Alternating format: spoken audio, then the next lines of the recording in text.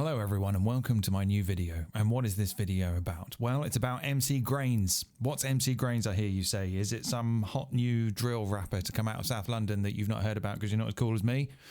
No, that's not true. That is legitimate fake news. No, mc.grains is a texture synthesizer that I'm about to try and build in Max, and maybe I will port it over to Max for Live using mc.2d.wave tilde.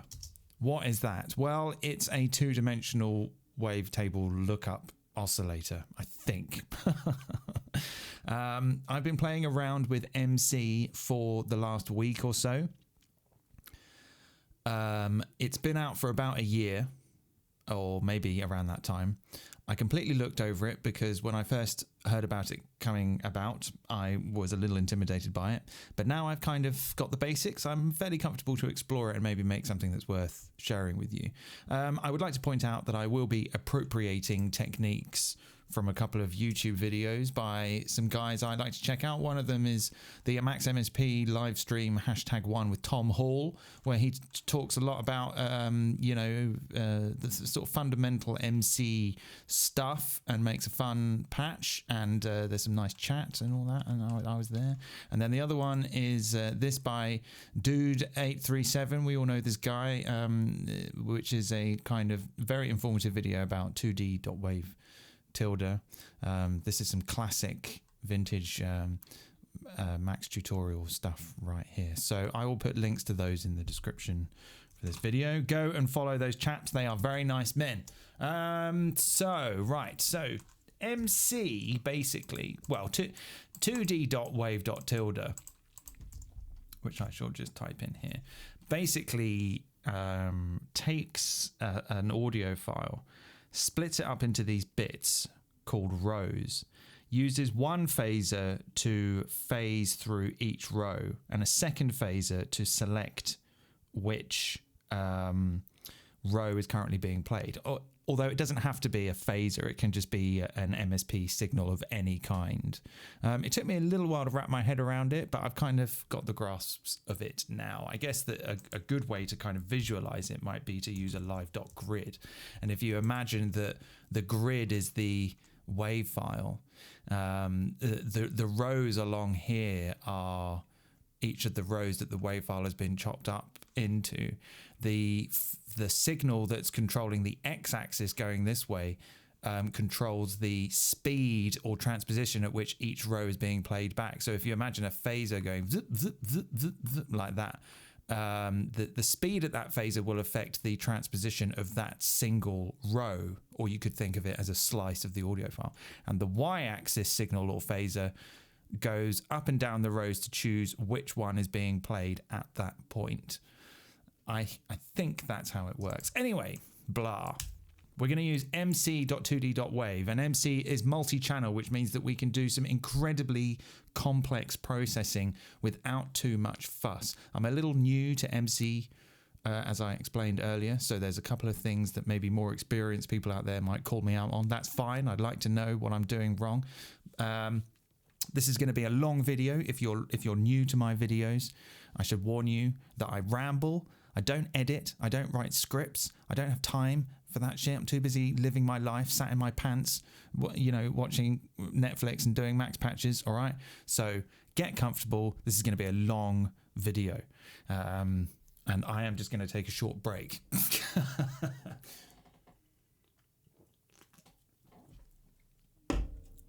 All right. So before we get started, I'm going to need a buffer. And I'm going to call the buffer mc.grains with a Z because I'm really street. We don't need to give any arguments for duration or channels because we're going to replace that. So I think we can do prepend. Oh my God. After a good start. Prepend. Oh no. Prepend replace. And then I'll get a... I'll use a live drop because that might save some time later if I want to put this all into Max for Live. Okay, so when I drop a file in here, it will load into that buffer. Then I want a info with the same name as the buffer, mc.grains. And then that is going to give me the total time in milliseconds out of this inlet here, outlet I should say. Okay, I just want to quickly do a few things. I want to turn the grid on. I want to snap to the grid. Well, yeah, the grid is on. And I also want to turn on my event probe and my signal probe. I've only just discovered these things, and oh my god, they've changed my life. You hover over a cable and it shows you stuff. It's brilliant. So one last thing, we'll have a waveform at buffer name mc.grains so that we can see the file once we've loaded it. So let's go in here, let's drop Anton in there, and we can see the WAV file, and we can see that it is exactly 2,312 milliseconds.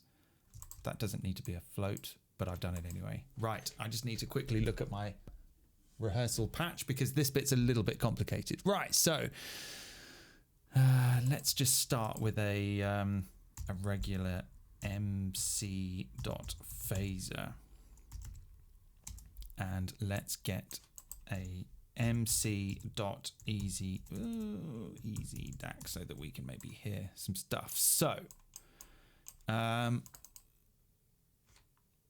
need to give this the same name, mc.grains, start and end point, which we're not going to use. That's kind of all we need to do. And I might just do a prepend rows and stick that in there. We'll make an integer so we can choose how many rows we want. Let's start with 4 rows. Let's patch the phaser in there, and then let's just start with some frequencies, see what we get. Oh, it's all on the left hand side.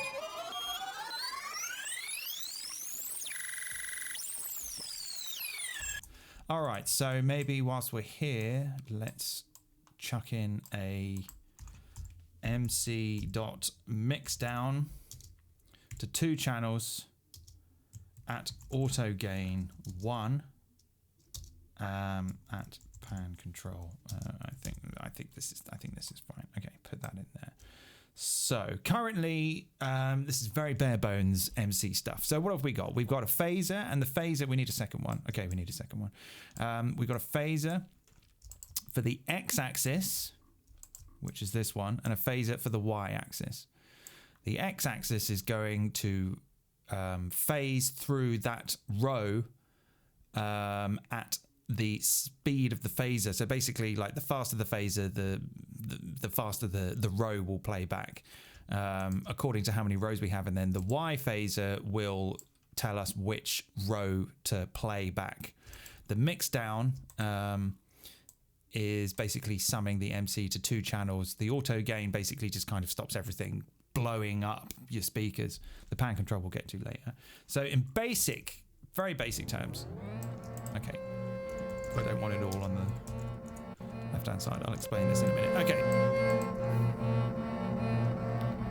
So, all right, so we've got 4 rows. The x-axis is choosing the speed at which each row plays back. And the y-axis, I've just said all this, I don't need to say it again. So if I play this phaser at 0 and then do something like this at 1, then it's playing the first row of the sample at 1 hertz. If I went to 0.25, because we've got 4 rows, that would play the second row of the audio file. And if I go to 0.5, it will start at the 3rd row.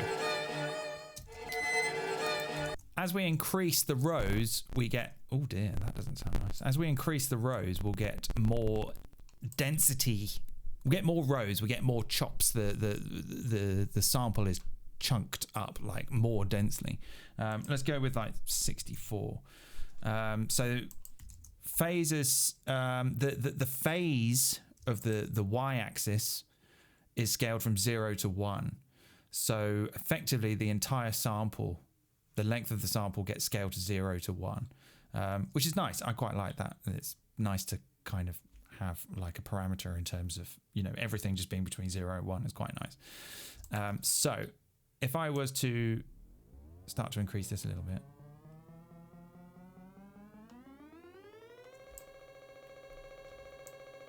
So that's currently playing row number 1 at 19 Hertz, which is quite high pitched. If I start to increase the Y phaser, we'll hear the phaser move between all the rows, and it interpolates, it crossfades between them, which makes nice for sort of granular textural synthesis, because you don't get all these clicks. So if I start to increase this.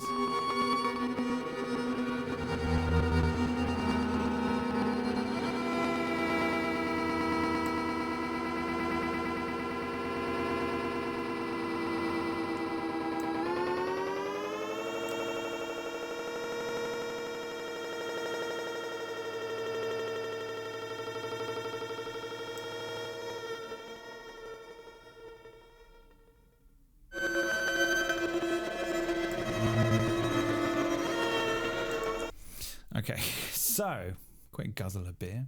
The thing is, though, there's lots to talk about. So the thing is, though, is that it's a little bit difficult for us to find the original pitch, the original transposition, let's say, of the file. So we're going to need to do a little bit of mathematics, and I've got my practice patch loaded up on my second screen over here. So when we drop a sound in here, we're going to get the sound goes into the buffer, and then this info thing is going to tell us the total time in milliseconds, which we've done here. The total time of this file is 2,312 milliseconds. So I'm going to take this number here, and I'm basically, first of all, I need to translate that from milliseconds to hertz, so that will give me the frequency at which to play the x-axis phaser, so that the rows will play back at the original speed of the file. So, but we still need to do a little bit more. So if I put a float in here, I'm going to need to temporarily bang this info again, so that we can get, okay, so 2,312 milliseconds is 0.433 hertz, okay? But we're working in rows. So if we had a row of 1, if we have one row, which is basically playing the whole file, we would want to play the file at 0.433 hertz in order to get it at the right speed. So we could try that right now.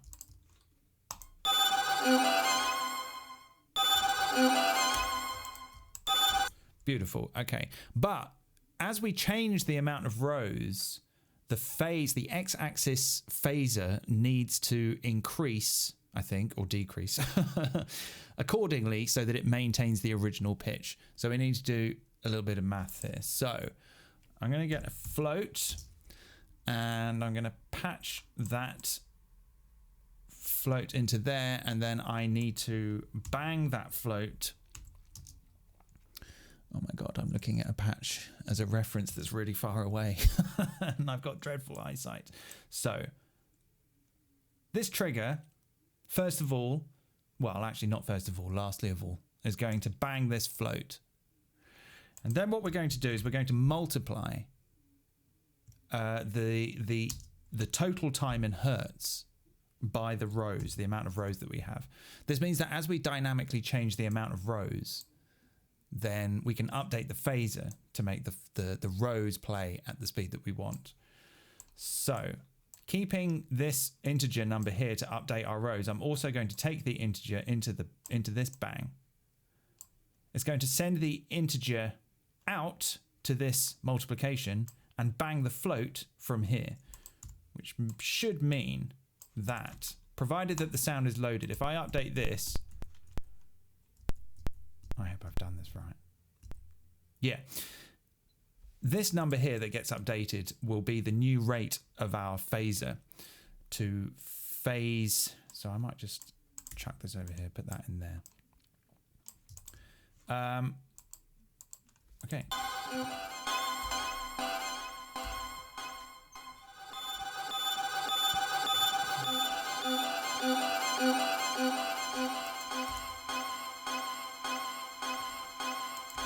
Okay, so what that was doing was that was playing the first row of 4 rows at the original speed, because the y-axis phaser was at 0. Okay, so that's fine. So if I wanted to, say, have 32 rows to make it more grainy, as I start to increase the y-axis phaser, we can get some nice sort of time stretching. Okay, let's just listen to that for a minute.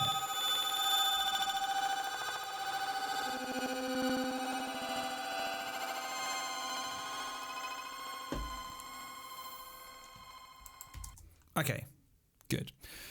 So, where does it start to get juicy, I hear you asking? Well, we're using MC. So MC stands for multi-channel, and basically any MSP object, as far as I know, all of them now have an MC equivalent, which means that you are able to run multiple versions of a single MSP object within a single MSP object, if that makes sense. So I've got an MC phaser here, and whilst it's a single object, I can have 10 instances. I won't go with 10, I'll go with 8. I can have 8 instances of that phaser available in this object, which means that actually, whilst this is phasing about, we can hover over here and we get this little pop-up. It'll be quite small because I'm zoomed in, but like we get this little pop-up. This is the signal probe from the debug options, which means that we can actually visualize the data that's coming through. So you can see there that there are actually 8 phasers in there, phasing from 0 to 1 at 1.14 hertz. Okay. Currently, they're all sort of summed together and all panned to the middle, so they sort of sound like one. But when we start getting into this interesting new sort of messaging system of how we can tell each instance of the MC channels to behave, we can get like really bizarre stuff that to do with single objects or perhaps using poly would be quite cumbersome. Whilst this patch might be quite complicated, it's actually really, really straightforward because we're just using MC objects, multiple instances of the MC objects within themselves, and messaging systems in order to get them to do weird stuff. So I've just remembered that there was something in the other patch that I made that I was going to use in this video, and I've not put it on this computer, so I'll have to do that again. Damn. So now that we have, let's just stop that for a minute. Now that we have 8 instances of this phaser in this MC phaser, we can tell those 8 instances to behave in certain ways. And if we right click the inlet, I'm sorry if you can't see this, but you get all of these different messages: deviate, exponential, harmonic, increment, replicate values, scaled exponential, spread inclusive, spread include first, spread include second, spread inclusive subharmonic, blah, blah, blah. These are all ways in which that we can take a single number and either randomize it or offset it or scale it or make it do things to affect the other instances, the other channels in that MC object. And this is really exciting. Like, it's really exciting. So how can I demonstrate that? Well, I've seen the guys using a jit.cell block in their videos. It's a little large, but okay. So currently this phaser is going at 0.91. That's because I've currently told it to stop phasing, and probably it was at 0.91 when it stopped phasing. Okay, so I'm going to create, oh, this is already getting messy. I'm going to create a pack, and in the pack I'm going to put I'll put increment, and then I'll put a 0 and I'll put a 0, and I'm using a pack so that I can update the elements in the list dynamically. So the increment is the type of way in which we're going to, I guess you could say, displace the number or offset the number or multiply the number or add to the number. I don't know, but you'll see.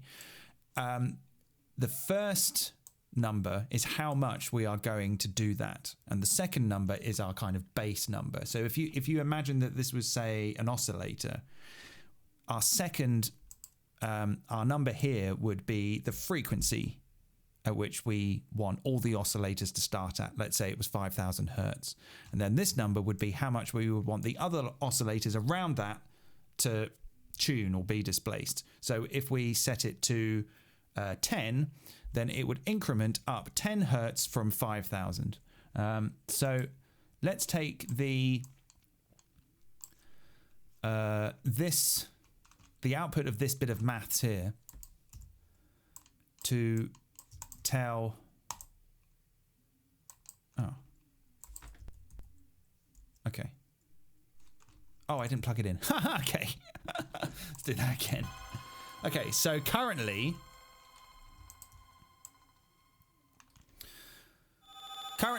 the first phaser, well, currently all of the phasers are going at 0 to 1 at 13.84 hertz. And you can kind of see that on this jit.cell block. These are actually all the same number, I think. I can't actually tell. It's quite hard to visualize. We can have a look at it here as well. Let's go to less rows. Let's go to 2 rows. Okay, so if you look at this little visualizer here, you can see that they're all ramping from 0 to 1 at 0.8 hertz. Okay, so if I introduce an increment here of 0.1, then what we get is that all the phases are offset by 0.1 on top of 0.865. So 0.1 is being added to 0.865 8 times. And already you can hear how bonkers this is.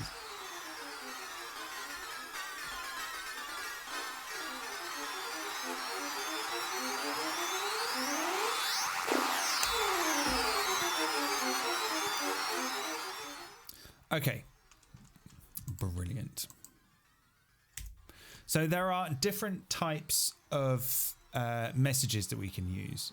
And this is kind of when I made that U menu thing in another patch, but I'll just have to make it again. So let's make a live.menu. Let's go into the inspector and let me just look at my help patch as a reference. You know, because I'm getting old now, my memory's not as good as it used to be. So let's do deviate. Exponential. I mean, some of these are kind of similar, and I haven't really quite wrapped my head around them all yet, but we'll chuck them all in there anyway. I've spelled exponential wrong. Exponential. Scaled exponential. You know what? I'm not going to do them all. Let's just do deviate, increment, harmonic, but I kind of thought harmonic and increment kind of gave the same sort of results. Subharmonic is good because that's the opposite direction to harmonic. And let's go with spread. Okay. That's fine. So now we've got a little U menu for all of the different... Oh, I spelled subharmonic wrong. Okay. Hope you're still watching. If you're new to my channel, this is how I do stuff. It's just rambles, one take.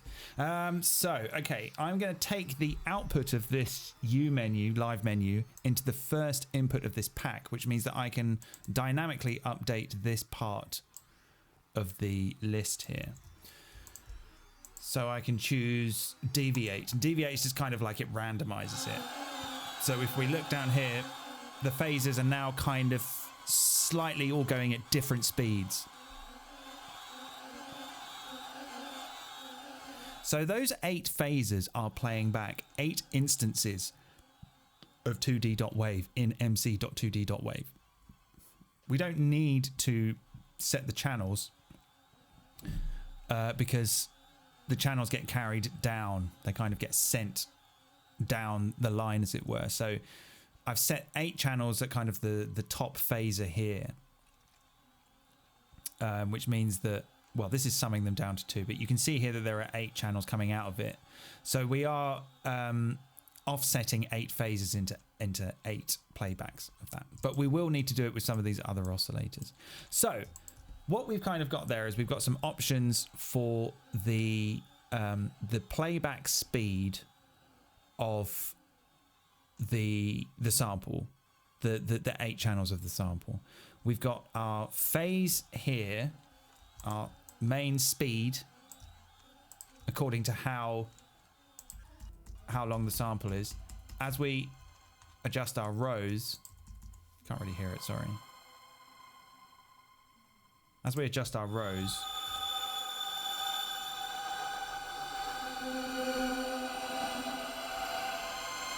okay, let's increase this. So this is like wibbly wobbly. All the phases now are going at slightly different speeds. Listen to that.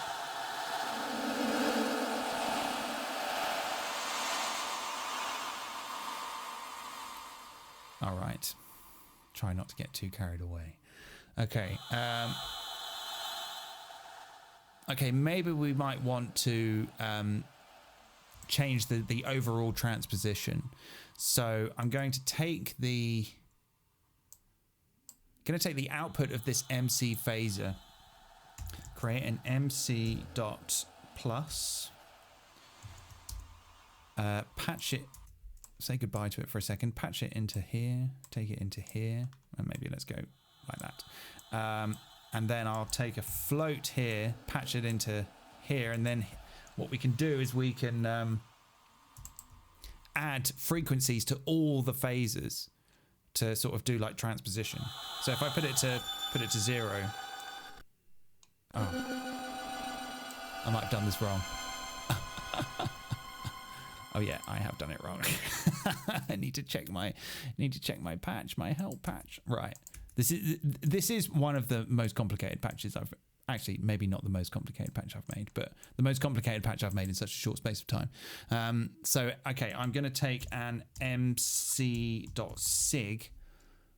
and actually I'm going to use this to set the, I guess you could say, the global amount of channels, at least for the voice. So in which case I don't really need to have that argument anymore. Let's ping that in there. And then let's put this guy back in. Okay, this is fine. So, oh, I did it the wrong way around. Sorry, everyone. I actually want that in there and that in there. Okay. Let's have a listen now. Oh, nothing. Okay. Okay, so now I should be able to transpose that. Yeah.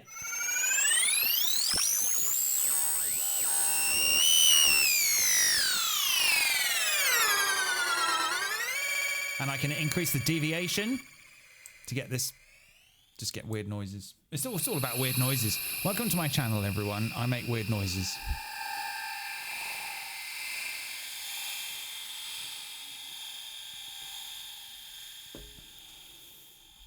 All right. Okay, that's great. So that's our X-axis phaser sorted. Everything looks okay. I might, whilst I'm here, just take out that number box and take out that one there. Everything else, I'm just going to do a little bit of cleaning up as I go, you know, so I don't have to do it later. Put that there, put that there. Let's call this rows and put that there. Okay, that's fine. So probably this guy here, these bunch of guys here, or girls, I'm going to be using them a lot. Essentially, they are kind of they're the spunky bits. They're the fun bits. They're like what we're going to be doing to all these MC objects is kind of because of how we use this. So, okay, we've got our X-axis phaser working fine. So let's look at the Y-axis. And the Y-axis, as we discussed earlier, was the which row is being played back. So in visual terms, I'm going to think of it more as even though that like we're going that way, it's actually the y-axis which is determining the rows. So you could think of it as the offset. It's not though, because the rows are actually all sort of stacked up this way. That was a terrible visual demonstration. Anyway, okay, hope you're all having a lovely time watching this. Excuse me. Right, and let's... Oh my god, what am I doing here? What? Okay, I just want to sort of just do it. Okay. Alright, that's fine. I just want to make a little bit of space over here. So, what I'm going to do for the y-axis is I'm going to create 4 different types of signals in which to tell the y-axis to index around the rows. I'm going to use a static signal. I'm going to use a phaser. I'm going to use a cycle, and I'm going to use a random. These are all things that I think probably one would want to use when doing granular synthesis, textural synthesis, drones or whatever. So we've got our MC phaser here. So let's start with that. Our MC phaser, we want to have 8 channels. Even though that you can set the channels at one stage and they carry on down the line, it's only on that line. When you kind of make a new chain of signals, you'll have to specify how many channels you have or that you want. So if I just did one phaser here, the phaser would only be affecting channel 1 of the 8 channels in this, if that makes sense. So, okay, so really all I need to do is just take a copy of this and bosh that into there. I guess whilst I'm here, I could maybe label some stuff. So let's... actually, no, I won't. Okay, so let's just say... well, I probably should, shouldn't I? Okay, so let's go speed for this number. Excuse me. And for this number, we'll call it... I don't know. I don't know what to call it, because there's so many different like things that it's doing to the numbering. So I'll just call it... what? Okay. So let's take what speed and chuck them over there with that one as well. Okay.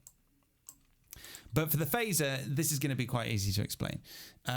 So whilst I'm here, this is the really neat thing that I've nicked from Tom Hall's live stream. So I'm going to make an MC snapshot going at 50 seconds. Not 50 seconds, 50 milliseconds, I think. And then I'm going to take... Oh my god, my help patch is a mess. I should have just posted the help patch, me just playing with the help patch. Okay, so MC.snapshot. So snapshot takes an MSP signal and converts it to a float at an interval specified here. I've said 50 milliseconds. But because these are multiple channels, we need to find a way to get those various values out so we can sort of split them out. And Tom Hall came up with this great idea using make list. I'm basically just copying him. So let's just do TBI. Right. What I'll do is I'll patch it and then I'll explain what it's doing if I've understood it right.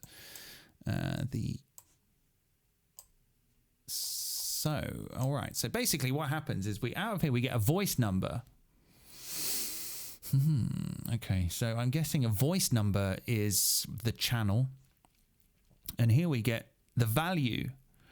So at any given point, MC.snapshot is outputting a voice number and a value associated with that voice number. So if we patch it into this TBI, we're going to get the voice number to go into this trigger list output. Okay. The value goes into this, items to assemble into a list, and then we bang the list. It's very smart. Let's just... Don't know why I hit spacebar then. Nothing's going on. Right. Okay, so we're actually just getting one number. That's fine. So the reason why Tom Hall did that was because he was using those numbers to give us a visual representation on a multi-slider. Let's just come out a little bit. So if I go into the, actually, you know what? I've just found this out. You can go at multi-slider, at size 8, and then we'll get 8 sliders. But we actually want the sliders to go from 0 to 1, which is nice because we're working with phasers and signals, cycles and all this sort of stuff, and everything's either -1 to 1 or 0 to 1, which is nice. Kind of makes it quite all straightforward. So what do we have here? Okay, I want this to go horizontally. Okay, so basically what that's doing now is that is giving us a visual representation of that phaser. But as I start to, let's go for increment. As I start to use the watt to increment a number here, oh, it's not doing it. Bollocks. Why? I've made a mistake. No, I bloody haven't.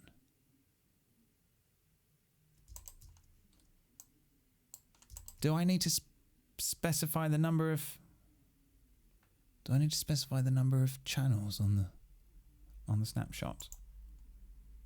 Channels 8. All right, let's do that then at chans 8. But I didn't do that in my help patch. Maybe I've done this wrong. Oh, it's a list. It's not an integer. It's a list. Duh, it's because the screen's so far away. Okay, maybe we don't need that. All right, so let's try that again. No, still not what I was expecting. If I spelled increment right. Oh my God. I said it would be a long video, didn't I? Right. Okay, I'm just going to pause the video for a minute. This might be a good time for me to insert an advert, even though I hate that stuff. I don't know. We'll see how we get on. Pause. I did it wrong. I worked it out. I patched this all wrong. So, okay, what we now have is this multi-slider here will give us a very nice visual representation of what these 8 phasers are doing inside this mc.phaser. Currently, the phaser is going at 0.7, but as I start to introduce a 0.001 increment, you can see how they start spreading out like this. And that basically means that those 8 phasers have been offset. Their frequency has been offset by 0.01. Lovely. Okay. So this is nice. This is going to make a really nice visual representation of where each of those phasers are in the waveform when I put this multi-slider on top of this waveform. But first I need to do, well, I guess we could maybe listen to it.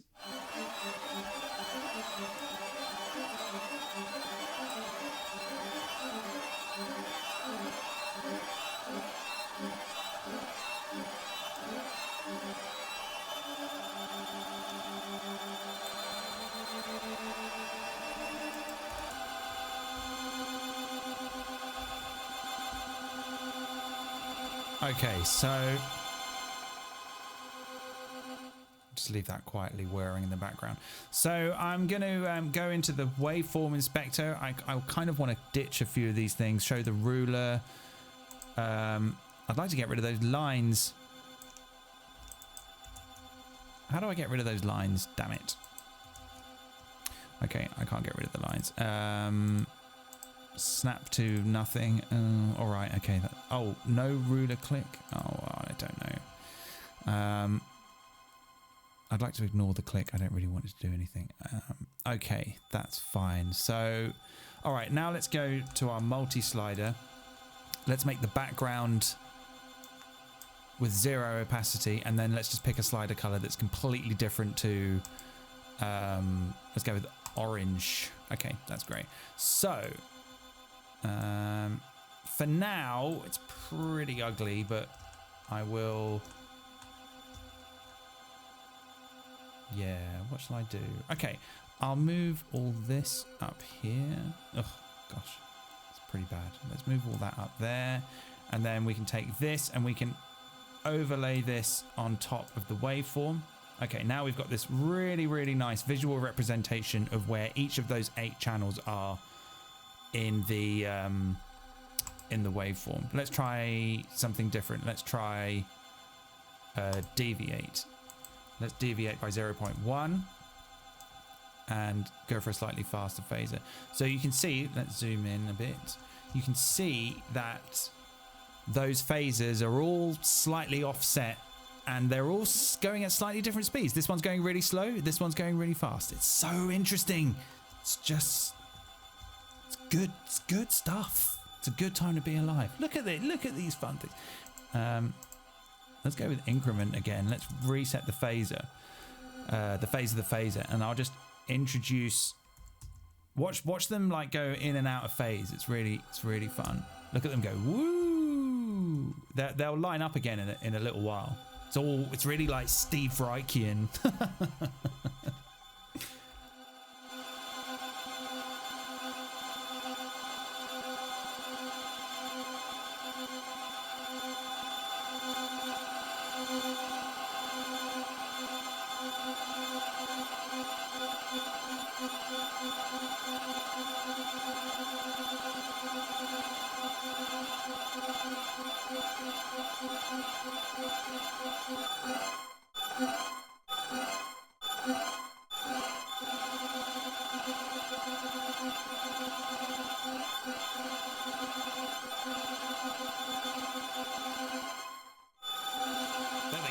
They all lined up again. After a while, they'll all kind of line up. Anyway, blah, blah, blah, blah, blah. So what we've got there is essentially the beginnings of our, I guess you could call it the sample offset of our wavetable textural synthesizer. I'm starting to wonder if I've bitten off more than I can chew. So right, we've got that going. So now what we want to do is we want to introduce variations on ways in which that we can move around the file, the various rows. Oh, excuse me, that was incredibly rude. So we've got our phaser. Let's just put a comment here. Phaser. That's fine. I didn't need to do that. Carriage return. Just do it. Just do it. Just do it, would you? Oh my god. Let's just start again. Phaser. Oh, it's because I keep hitting enter. That's why. Okay. So we've got our phaser. Why don't we take a copy of this and over here, let's go with random. So we'll use an mc.rand object and we'll call it random. Okay. And then finally, I should have actually just done this earlier, not finally at all. Let's go mc.multiply and a float here. Actually, let's get rid of that first. Let's put that in there. Okay, so what we can do here is that we can basically say how much we want that signal to go into the mix, as it were. I did try using mc.gain, but it's not in 0 to 1. It's in like decibels or something. And I just got confused. So I'm just going to use old-fashioned multiplication. So as I increase this, then we get a little bit of that phaser signal going towards the y-axis position and to this visualizer here to show us what all the channels are doing. So I'll use exactly the same thing for the random. What's that? Why did I put that there? Okay, I don't need that. Oh, that was because of this guy. That phase. The phase, resetting the phase might come in handy later. Okay, let's go here. For this one, let's do a cycle so that we can, use a sine wave to go up and down. Oh, I didn't patch that into the snapshot. We need to go into the snapshot with that, and we also need to go into the y-axis. I probably should like be summing these together or something. I don't know, but I'm not going to. Okay, so let's call this one. Oh, let's call this one cycle, and then we'll have one more, which will be just a signal, which will be like a static signal, so that we can sort of manually offset around the rows or sample offset, whatever you want to call it. So let's take that into there and that into there. Okay, that's pretty much it. Oh, there's some stuff I wanted to do with the panning. How long have I been going? This could be my longest. Oh my god, 47 minutes. I haven't even started. This might be a two-parter video, I think.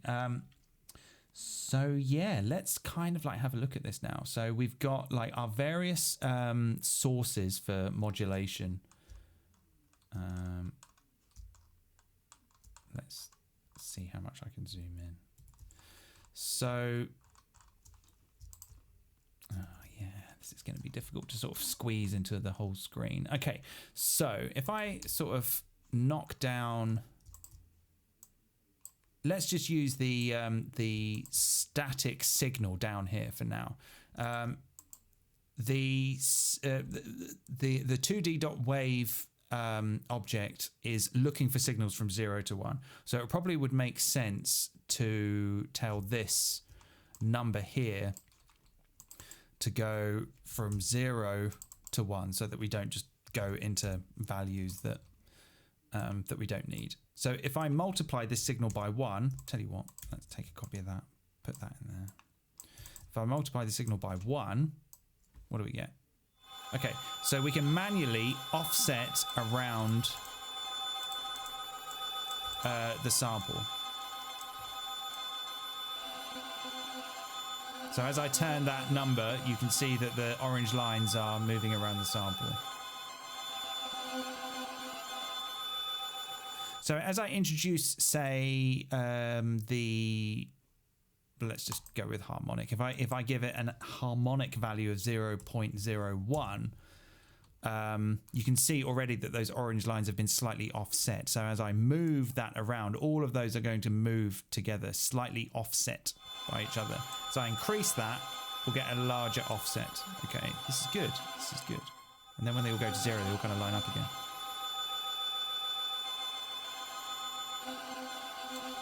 Okay, that's fine. So what about if I actually don't do that and I go to 0.5 halfway through the sound and I introduce some of the random, the mc.random. So I'll go with a quite a fast random here of maybe 10 hertz.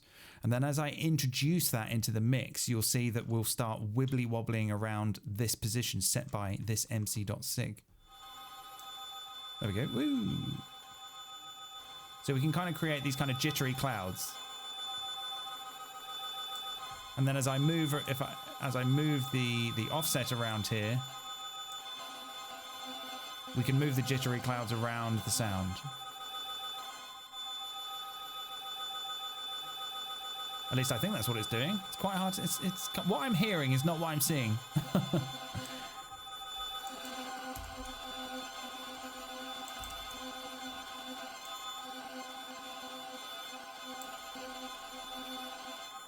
Okay, let's maybe not introduce so much randomness, maybe because that's a little bit more what I was expecting. Yeah, okay. It sounds like one channel is stuck somewhere. This is so... I said that this was going to be quite straightforward, but it's not. It's actually not.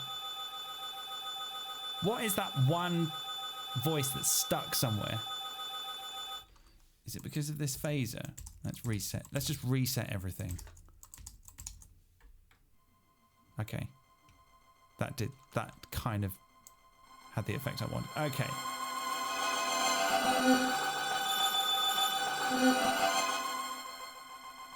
Okay, so now we're offsetting around the sound with the signal, MC signal, but we're introducing a little bit of jitter, a little bit of wibble wobble to all the channels with the random.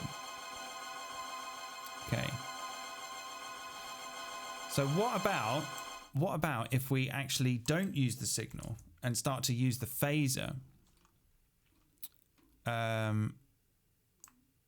Let's have the phaser go pretty slow and add a little bit of multiplication here. So you can see that it's starting to move the jitteriness around. You see how it's phasing like that? What about if we add the cycle? Let's have a fast cycle here. Okay, that's a bit much.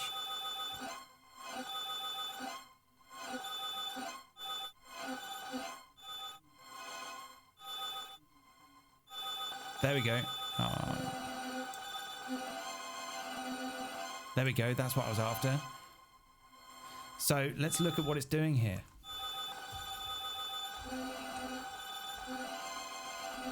So it's phasing through the sound, but also ping-ponging back and forth as it phases through the sound with the cycle.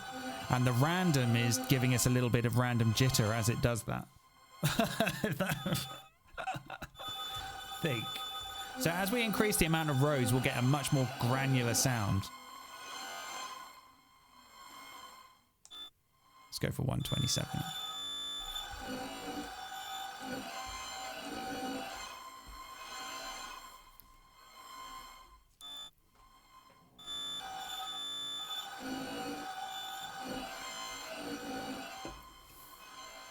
Okay, let's check if the patch works. Let's drop in a let's drop in this guy. Everyone loves this guy.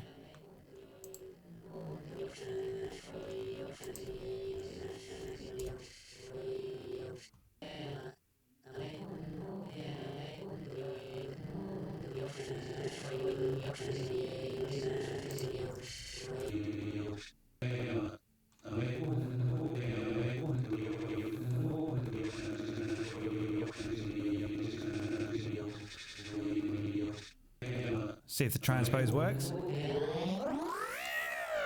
Yep, the transpose works fine. Okay.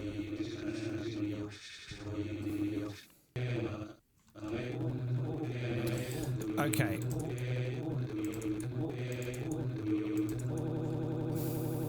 Oh, I need to make that stop now.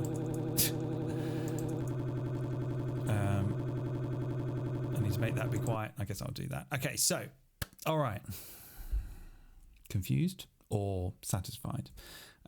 Leave a comment if you want, but I actually don't, because I don't read them because I find them quite annoying. So now what I wanted to get onto now was using the same funky setting of the multi-slider to give us a visual representation of what the MC SIG is doing, or the MC is doing, but apply that to the panorama of the overall piece. With the mc.mixdown, which is here. So what we can do is that we can send some signals into this right inlet to control the panorama. Currently, I'm sending a SIG signal at 0.5, which is telling every voice that there are 8 voices that are being mixed down to 2, but ahead of that, all the voices are being panned to the middle. 0.5 is essentially the middle because we're going from 0 to 1. But what if we wanted to spray? I don't know. What if we wanted to do something to the panorama? We could do that with, again, like another mc.sig, which we're using here, but we don't need to take the multiplication. So again, to use like a funky visual representation of that, I'm going to use a multi-slider. Let's put the opacity back to something like this, and we'll keep it at 0 to 1. Let's ping that into there. Let's put this in here. So if I set this to 0.5, no, it didn't work. Oh, the audio's not on. Okay. So now all of this mc.sig here, which is going to do our panning, there are 8 channels and they are currently all being panned to the center, i.e. 0.5. If I introduce like some deviation here, we'll see that they're all starting to skew about. So if we take that MC signal and go into the panorama of this mixdown, we can create panning. Has that worked? I can't tell.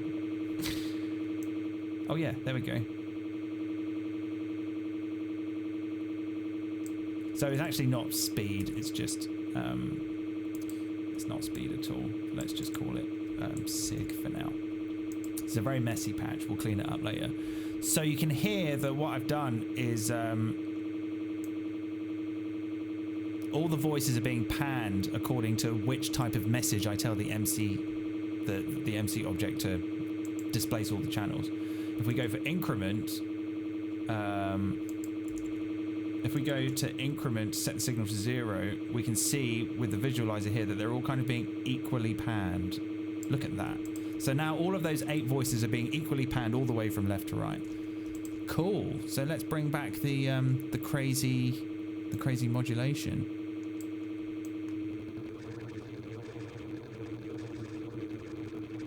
Yeah. Let's maybe try it with the pitch.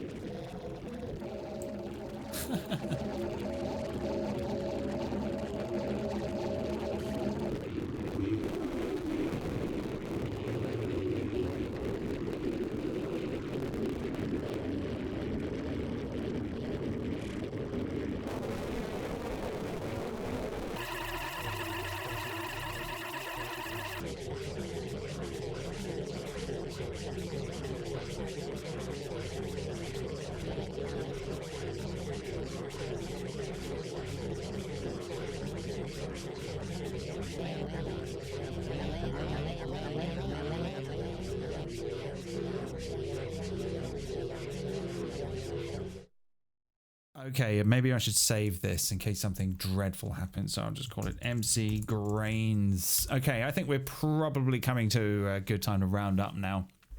And then probably what I'll do in the next video is look at ways in which to port this into Max for Live so that we can use it inside Ableton as some sort of textural synthesizer oscillator type thing.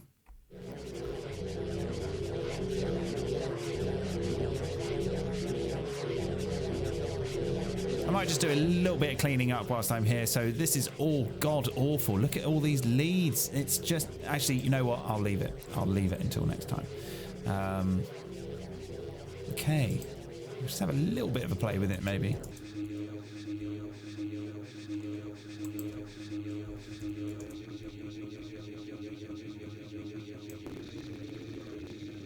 I mean, the more rows you get, the more glitchy it gets. So I think it's kind of good to sort of go somewhere between 1 row and like maybe 100 or something. Obviously, you can increase the amount of channels, but that's really down to how powerful your your computer is. Let's check the audio status. So I'm currently using 26%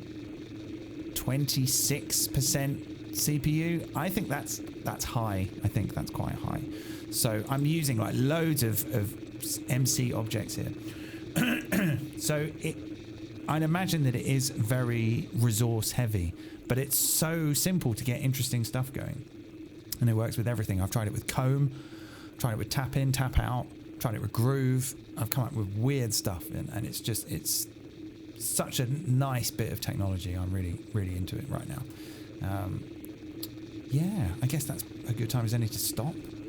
Let's have a little play with it a little bit more, maybe.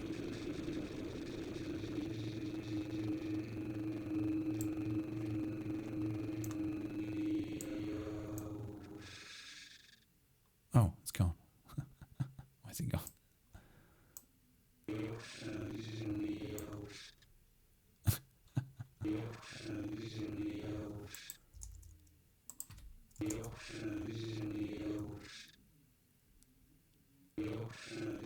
Interesting. It's slightly offset there. Oh, it's because of that static.